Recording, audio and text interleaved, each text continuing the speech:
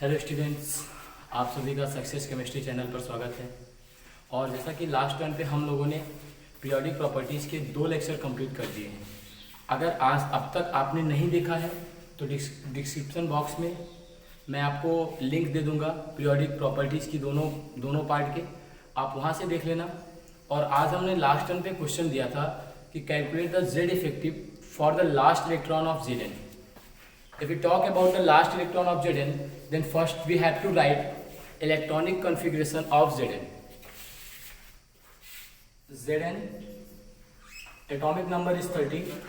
That will be 1s2, 2s2, 2p6, 3s2, 3p6, 3d10 and 4s2.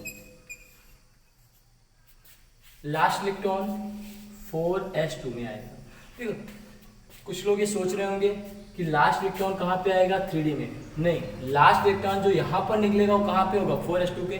क्योंकि हमने second video में हमने आपको ये बताया था कि अगर मान लो आपको 4th फ्लोर पर जाना है जहाँ पे स्विमिंग पूल है, तो बिना 3rd पे गए आप 4th पे नहीं जा सकते हो। तो इसीलिए इलेक्ट्रॉन कहाँ से निकलेगा, 4th से निकलेगा।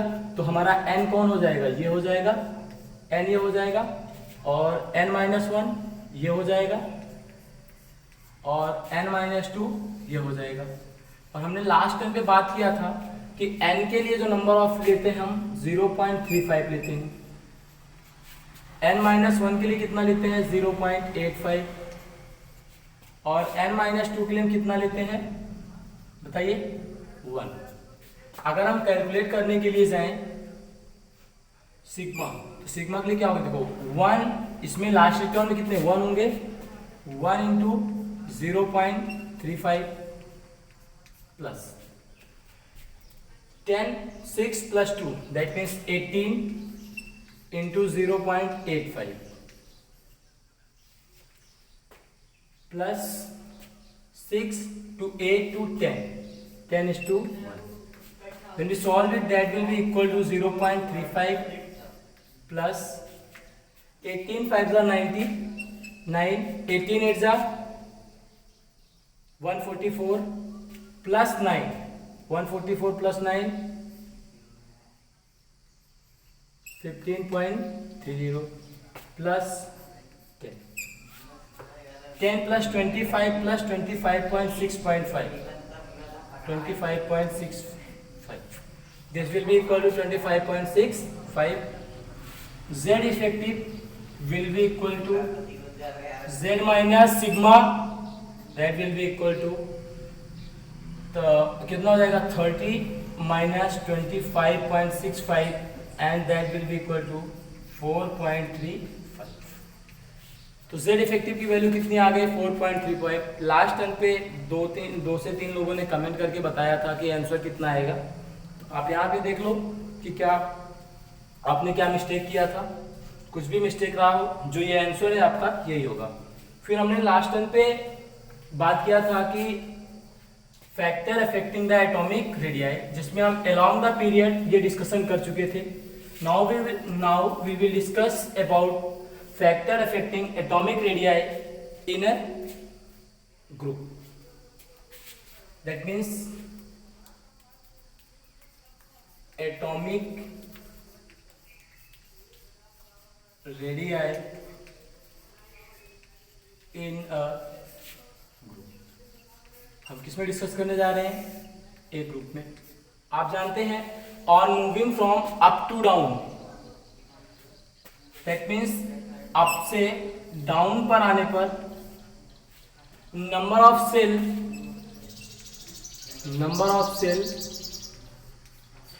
विल बी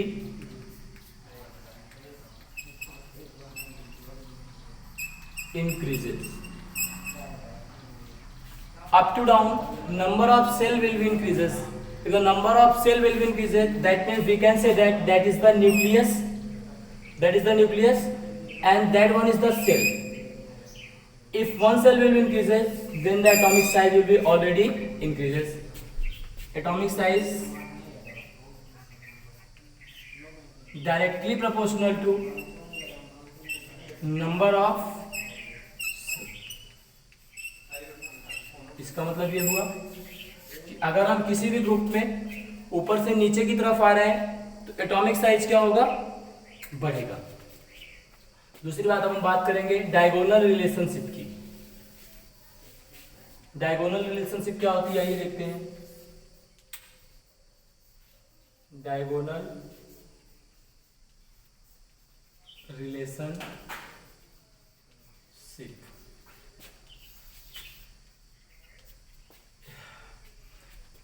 आप डायगोनल से समझ रहे होंगे, जैसे ये हमारा कोई स्क्वायर है, this one is the diagonal of the square. That means होता क्या है कि in period second and period third, period second और थर्ड में some of the element shows similar properties like them. जैसे मान लो अगर हम सेकेंड पीरियड की बात करें, क्या है, lithium, beryllium, boron and carbon. Third period हमारा क्या हो जाएगा, सोडियम, मैग्नीशियम, एल्यूमिनियम और ये हो जाएगा सिलिकॉन। तो lithium shows the diagonal relationship with magnesium, and beryllium shows the diagonal relationship with aluminium, and boron shows the diagonal relationship with silicon, because size approximate, and they will shows the property. Lithium shows the property like beryllium. Lithium shows the property like magnesium, and beryllium shows the property like aluminium. Hence, that's called the diagonal relationship. That means आप लिखना चाहो तो लिख सकते हो, in this point the size of metal will be approximate, which is at diagonally at each other.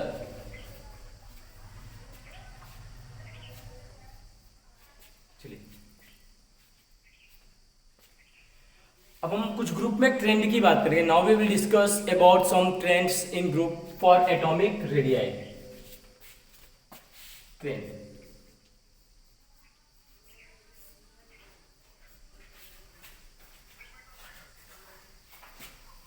if we talking about the boron family, now we can see that boron, aluminium, gallium, indium and thallium. Boron, aluminium, gallium, indium और thallium. Aluminium and gallium as approx same size, aluminium and gallium approx same size, reason you well know, that is called d block contraction. There is d block contraction.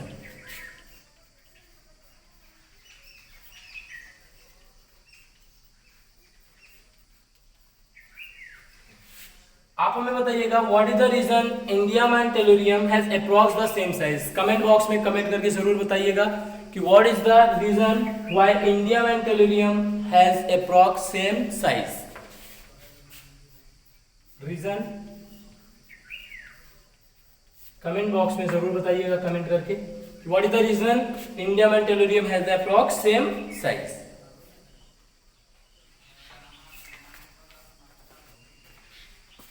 Now we will discuss about the atomic size in 3D.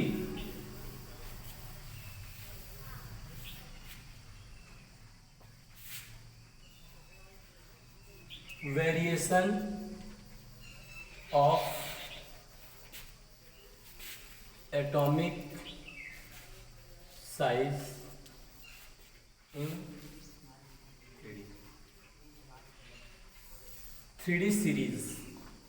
You will know, if we talk about the 3D series, then there is the 10 element scandium to Zn, and if we talk about the 3D transition series, there is the 9 elements.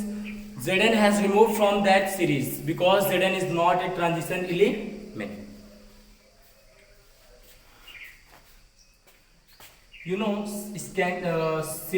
scandium, titanium, vanadium, chromium, manganese, iron, cobalt, निकल, copper, Zn। होता क्या है कि approx scandium से Zn, scandium से Mn, size क्या होती है डिक्रीज करती है, साइज क्या होती है, size decreases. That symbol represent decreasing metal. And iron cobalt nickel, you well known iron cobalt nickel does not form their amalgam. We have talked about in first lecture. If you don't know, then you have to see the first lecture. Iron cobalt nickel size remain constant. Size remain constant. In copper and Zn, what is the factor? Size will be increases. You can show that there is a lot of exceptional behavior, not exception. That is a exceptional behavior. हम पहले भी बात कर चुके हैं. There is nothing more, मतलब यहाँ पे कोई भी एक्सेप्शन नहीं है, सब भी प्रूव्ड है. आइए बात करते हैं. इस रेंज में क्या होता है, Z effective dominates over shielding. अच्छा, अब अगर Z इफेक्टिव डोमिनेट करेगा, दैट मीन्स फोर्स क्या होगा, बढ़ जाएगा. अच्छा, अब जब फोर्स बढ़ जाएगा तो इसका मतलब क्या होगा, सील्डिंग कम होगी. सील्डिंग कम होगी, फोर्स बढ़ेगा तो साइज क्या हो जाएगी, कम हो जाएगी. इस रेंज में क्या होता है, Z effective equal to screening effect. और इस रेंज में क्या होता है, अब आपको पता ही चल जाएगा. इस रेंज में होता है Z इफेक्टिव के ऊपर कौन इफेक्ट कर जाता है, सील्डिंग इफेक्ट. मतलब इस रेंज में क्या होता है, नंबर ऑफ इलेक्ट्रॉन बढ़ जाते हैं. जब नंबर ऑफ इलेक्ट्रॉन बढ़ जाते हैं, सील्डिंग इफेक्ट क्या होता है, बढ़ जाता है. इस रेंज में क्या होता है, shielding greater than Z effective. This range shielding greater than Z effective. If we talk about in a period, in 3D series, the most important series for atomic radii, because there is a lot of exceptional behavior. You can see that scandium to Mn size will decreases, iron to nickel size remain constant, and copper to Zn size will be increases. So there is a lot of exceptional behavior. Now we have talked to you about period.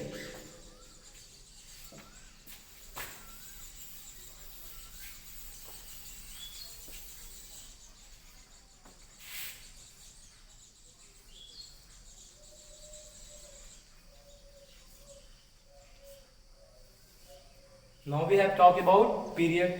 आइए बात करते हैं.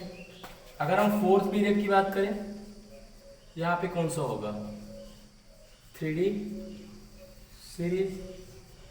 अगर हम fifth period की बात करें, कौन सा होगा, 4D सीरीज.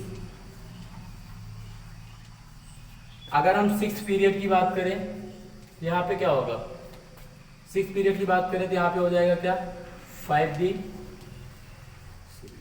हो जाएगा, 5D सीरीज. आइए बताते हैं फोर्थ से फिफ्थ पीरियड में साइज क्या होती है. रीजन आप बताइएगा, साइज क्या होती है. एक बार सोचिएगा, वीडियो को पॉज करिए और सोचिए कि what is the reason fourth से फिफ्थ पीरियड में साइज क्या होगी, बढ़ेगी या घटेगी. देखो, आप जो सोचोगे साइज बढ़ेगी, बिल्कुल सही है. आपने क्या सोचा, साइज इंक्रीजेस. मैं यही सोच रहा हूँ कि आपने क्या सोचा. ये मत सोचेगा कि मैंने क्या सोचा, क्योंकि साइज क्या हो रही है, इंक्रीज हो रही है. आप देखो यहां से यहां तक क्या होता है, ये भी आप सोच लीजिए. वीडियो को पॉज करिए और सोचिए. तो यहां पे क्या होता है, size remain constant. What is the reason, reason is lanthanoid contraction. Reason क्या है, लैंथेनाइड कंट्रैक्शन. यहाँ पर लैंथेनाइड कंट्रैक्शन होता है फोर्थ फिफ्थ पीरियड से सिक्स पीरियड में, आपको याद होगा, इस वजह से ऐसा होता है. Now we have talk to about ionic radius.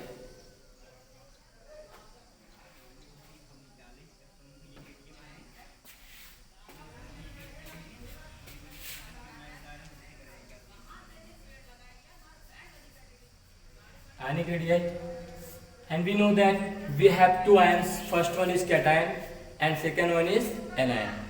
Cation क्या होता है, मतलब the atom which release electron, and anion क्या होता है, the atom which accept electron, मतलब जो इलेक्ट्रॉन को क्या करता है, रिलीज करता है, दैट्स कॉल्ड कैटायन, एंड जो इलेक्ट्रॉन को एक्सेप्ट करता है दैट इज कॉल्ड एनायन। तो अब हम बात करने जा रहे हैं कि एटॉमिक रेडियाई, आयनिक रेडियाई जो है कैसे, पहला अगर बात करें कैटायन की, कैटायन में क्या होगा, देखो कैटायन में क्या होगा, अगर हम बात करें आपसे कि एक कैटायन Na+ है, दूसरा है parents atom, first one is Na+ and second one is Na।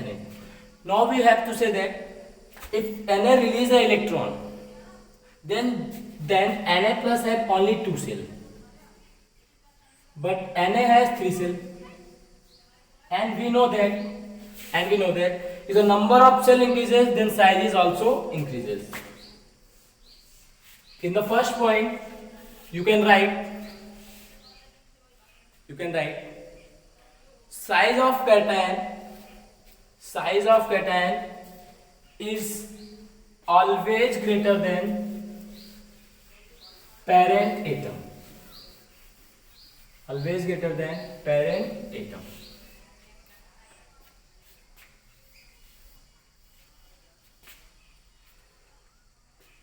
आप एक बात देखो, जैसे मैं बात करूं Na+ और Na++, sorry Na+ and Mg2, जैसे जैसे चार्ज बढ़ेगा, जैसे जैसे चार्ज क्या बढ़ेगा वैसे वैसे साइज क्या होगी, घटेगी। क्यों? क्योंकि क्या होता है, Z इफेक्टिव वैल्यू क्या होती जाती है, बढ़ती जाती है। तो Na+ और Mg+2 में साइज किसका ज्यादा होगा, Na+ का। तो सेकेंड पॉइंट आप लिखिएगा, as the positive charge increases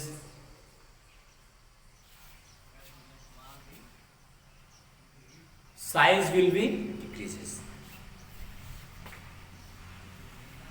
Now we will discuss about size of anion. Size of anion क्या होता है? Size of anion ये मैटर करता है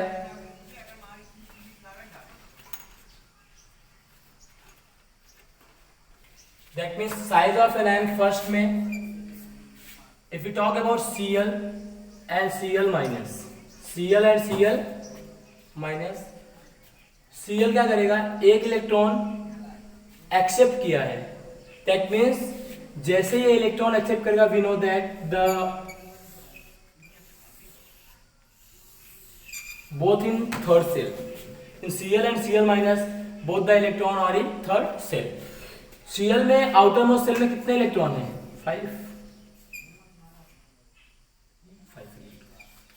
अभी जो न्यूक्लियस फोर्स लगा रहा है इस पर 5 पर लगा रहा है, ठीक है।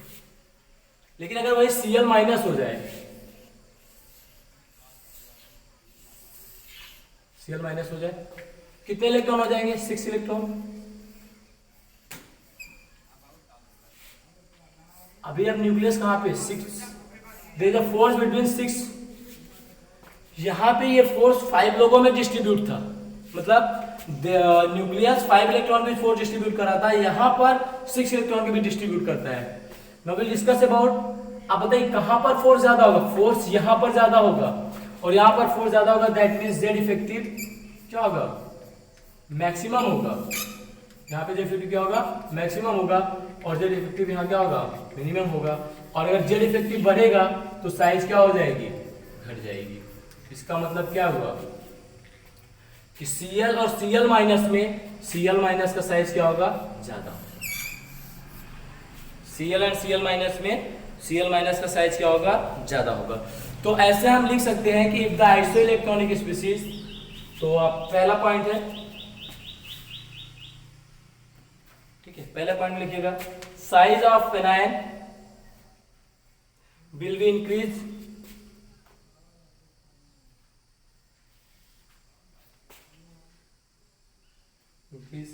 Then parents atom, will be increase with parents atom, मतलब पेरेंट एटम से इसका साइज क्या होगा, ज्यादा होगा। Second point, if the charge is increases, charge बढ़ेगा, that means number of electron will be increases, if the number of electron will be increases, that means Z effective will be decreases, and if Z effective will be decreases, that means size will be increases। Number of electron बढ़ रहा है तो Z effective बढ़ेगा, और Z effective बढ़ेगा that means size will be increases. और size बढ़ेगा इसका मतलब क्या होगा आप बताइएगा? अगर साइज बढ़ गया इसका मतलब वही तो हम पढ़ रहे हैं यार, साइज बढ़ गया तो क्या बात कर रहे हैं, ठीक है। तो दैट मींस क्या हो जाएगा, अब आइए बात करते हैं। इसका मतलब ये हुआ, लिखिएगा as the charge will be increases size will be also increases, ठीक है। Now will discuss about isoelectronic species.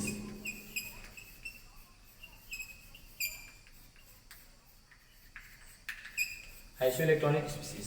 Isoelectronic species are those species in which number of electron will be same.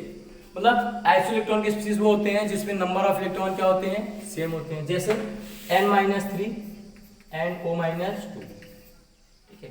तो इसके लिए अपनी एक सिंपल सी trick है, that's called knob trick. Knob trick इसको बोलते हैं NAP आइसोइलेक्ट्रॉनिक के लिए। N for negative, A for atom मतलब जिस पर ना तो निगेटिव चार्ज है ना पॉजिटिव चार्ज है, P फॉर पॉजिटिव। तो अगर निगेटिव चार्ज है जैसे मैं बोलूं कि n-3 O-2 Ne Na+ and Mg+2, these are 5 or have same number of electron, 10 electrons in Na-3, O-2 also 10 electrons, Na has also 10 electrons, Na+ has also 10 electrons, Mg+2 has also 10 electrons. That means all of have 10 electrons. That means these are isoelectronic species. And according to NAP rule, first of all, negative atom has greater size. And negative में you know the negative atom which have maximum number of charge, they have maximum size. n-2 -2 any atom है जिस पर कोई charge नहीं है, फिर Na+ and Mg+2. This one will be the best order and this trick will be most important. You have to learn about this. Then we have already discussed about atomic radii. This one is the sufficient for your examination. Now we'll discuss about the second periodic properties, that is called ionization energy. देखिएगा, the amount of energy required to remove an electron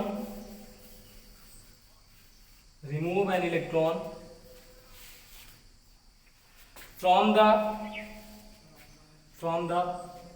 outermost shell of an isolated gaseous atom. Outermost shell of an isolated gaseous atom is called ionization energy. मतलब यह है कि अगर हमारे पास कोई system है, इसके आउटर मोस्ट सेल से एक इलेक्ट्रॉन निकालने के लिए, अब इतनी आसानी से इलेक्ट्रॉन तो निकालेगा नहीं, तो इसके आउटर मोस्ट सेल से एक इलेक्ट्रॉन निकालने के लिए the amount of energy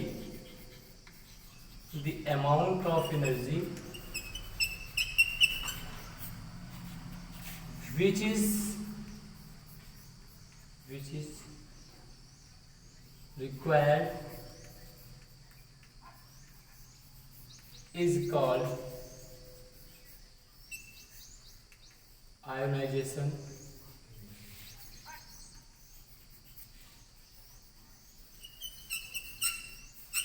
ठीक है। तो ये कहलाता है आपका आयोनाइजेशन एनर्जी। आइए हम बात करते हैं, सारी चीजें हमको पता है कि जेड इफेक्टिव क्या होता है, स्क्रीनिंग कांस्टेंट क्या होता है, लिखते हैं फैक्टर affecting ionization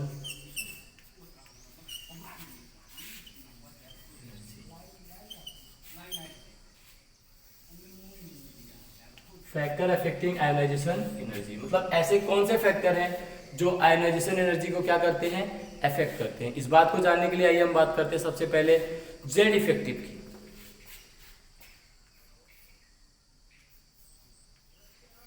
अब आप बताइए, समझिएगा, that is nucleus and this one is the outermost electron. If the force of attraction between nucleus and electron is maximum, then Z effective will be maximum. मतलब ये है कि अगर न्यूक्लियस और इलेक्ट्रॉन के बीच फोर्स मैक्सिमम है तो Z effective क्या होगा, मैक्सिमम होगा। और अगर जेड इफेक्टिव मैक्सिमम होगा, जेड इफेक्टिव मैक्सिमम होगा, इसका मतलब इलेक्ट्रॉन को निकालना क्या होगा, टफ होगा। इसका मतलब क्या होगा, इफ द जेड इफेक्टिव क्या है, directly proportional to ionisation energy. पहला point Z effective, that means Z effective maximum, that means Z effective maximum, that means force of attraction is maximum. And if force of attraction is maximum, अगर force of attraction maximum है, इसका मतलब क्या होगा, electron को निकालना बहुत tough हो जाएगा, और इलेक्ट्रॉन को निकालना टफ हो जाएगा, दैट मींस आयनाइजेशन एनर्जी क्या हो जाएगी, बढ़ जाएगी। सेकेंड वन पॉइंट है साइज। देखिए साइज जैसे जैसे बढ़ते जाएगा, मान लो ये यहाँ है, फिर एक इलेक्ट्रॉन यहाँ है, ठीक, तो देखो यहाँ से देखते हैं, इसको इरेज कर देते हैं थोड़ा सा, ठीक है, ऐसे है मान लो, ठीक है। अगर मान लो इलेक्ट्रॉन यहाँ पर है और इलेक्ट्रॉन यहाँ पर है, तो यहाँ से न्यूक्लियस पर इलेक्ट्रॉन की पकड़ क्या होगी, बहुत ज्यादा होगी, मतलब force of attraction, that means Z effective क्या होगा, ज्यादा होगा। और यहाँ से इलेक्ट्रॉन पर पकड़ क्या हो जाएगी, फोर्स ऑफ अट्रैक्शन कम हो जाएगा, that means Z effective will be decreases, and if the z effective will be decreases, that means size is inversely proportional to ionization energy। Size बढ़ने पर आयोनाइजेशन एनर्जी क्या होगी, घटेगी। ये दो पॉइंट आप समझ गए, समझ में आया। रीजन दोनों फोर्स से रिलेटेड है, इजी वे में एकदम आप समझिए, इलेक्ट्रॉन जितना जल्दी निकलेगा उतना ही फोर्स क्या होगा, कम लगेगा, जितना लेट निकलेगा उतना ही फोर्स ज्यादा लगेगा। That means if the Z effective is maximum, then the removing of electron is tough and the ionization energy will be maximum. If the size is large, that means molecule is bulky, then the ionization energy will be decreases. That means we can say that ionization energy is directly proportional to, this one now is the third point, directly proportional to Z effective upon size। हम ये कह सकते हैं कि ionization energy is directly proportional to Z effective upon size।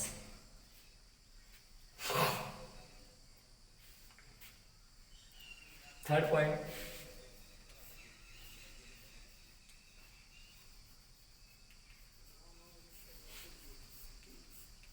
Screening effect. Now we are talking about screening effect. What is the screening effect, आइए बात करते हैं। If the shielding is poor, shielding क्या है, पुअर, शील्डिंग है poor, shielding है poor, तो आपको पता है if the shielding is poor, that means force क्या होगा, मैक्सिमम होगा। अगर शील्डिंग आपकी, मैं आपको ऑलरेडी डिस्कस कर चुका हूं, शील्डिंग पुअर है तो फोर्स क्या होगा, मैक्सिमम होगा। Shielding is poor, that means force क्या होगा, फोर्स मैक्सिमम। अगर फोर्स मैक्सिमम होगा इसका मतलब क्या होगा, जरा आप बताइएगा। फोर्स मैक्सिमम होगा मतलब आयनाइजेशन जेड इफेक्टिव बढ़ेगा और आयनाइजेशन एनर्जी क्या होगी, बढ़ेगी।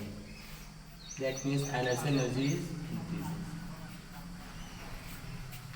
दूसरी बात, अगर हम बात करें शील्डिंग इज पुअर के बाद,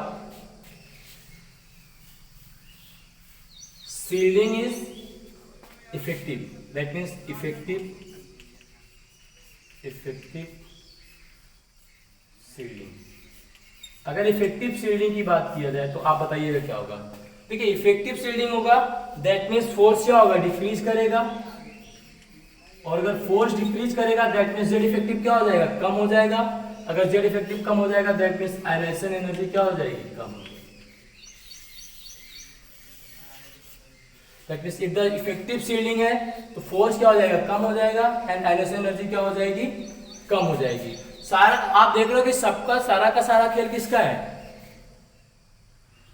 जेड इफेक्टिव, फोर्स का। मतलब आपने अगर ये पकड़ लिया कि इलेक्ट्रॉन कैसे जल्दी निकलेगा या कैसे बाहर जाएगा, that is called Z effective. अब हम बात करते हैं पेनिट्रेशन पावर की। फोर्थ पॉइंट है अपना penetration power. Penetration power, penetration power क्या होता है जरा देखिएगा। पेनिट्रेशन पावर मतलब इलेक्ट्रॉन को पेनिट्रेट करना। जैसे हमारा मान लो ये न्यूक्लियस है, ये S, ये P, ये D and this one is F। ये क्या है? SPDF। तो देखो आप बताइएगा कहां से इलेक्ट्रॉन निकालना आसान होगा? F से आसान होगा। इसका मतलब S का पेनिट्रेशन पावर ज्यादा, P का ज्यादा, कम, फिर D का और फिर F का। तो आपको पता है सबसे ज्यादा पेनिट्रेशन पावर किसका है? S का, फिर किसका है? P का, फिर किसका है? D का, फिर किसका? F का। ये पेनिट्रेशन पावर जो हम देख रहे हैं ना, सेम इलेक्ट्रॉन के लिए नहीं देख रहे हैं, सॉरी, ये हम देख रहे हैं किसके लिए? सेम इलेक्ट्रॉन के, डिफरेंट इलेक्ट्रॉन के लिए ये नहीं होगा। तो आइए बात करते हैं किसके लिए होता है ये? सेम इलेक्ट्रॉन, सेम इलेक्ट्रॉन के लिए पेनिट्रेशन पावर होता है। चलिए आपके लिए क्वेश्चन है, कमेंट बॉक्स में जरूर बताइएगा। आज का सेशन ये कंप्लीट करते हैं। कुछ 4 फैक्टर के बाद अभी आपका 5th फैक्टर आएगा, फिर फैक्टर आएगा इलेक्ट्रॉनिक कन्फिग्रेशन। तो आप हमको बताइएगा कि अगर हम बात करें पेनिट्रेशन पावर की, if you talk about penetration power, तो क्वेश्चन है आज आपके लिए, बताइएगा विच हैज मैक्सिमम, ध्यान से देखिएगा और ध्यान से करिएगा, विच हैज मैक्सिमम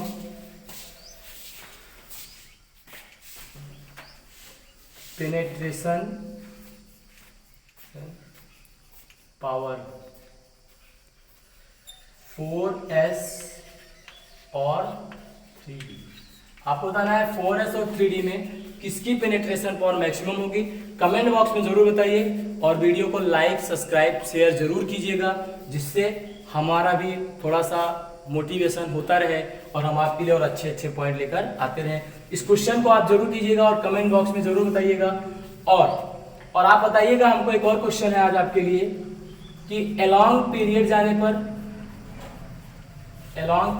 पर और अलोंग ग्रुप जाने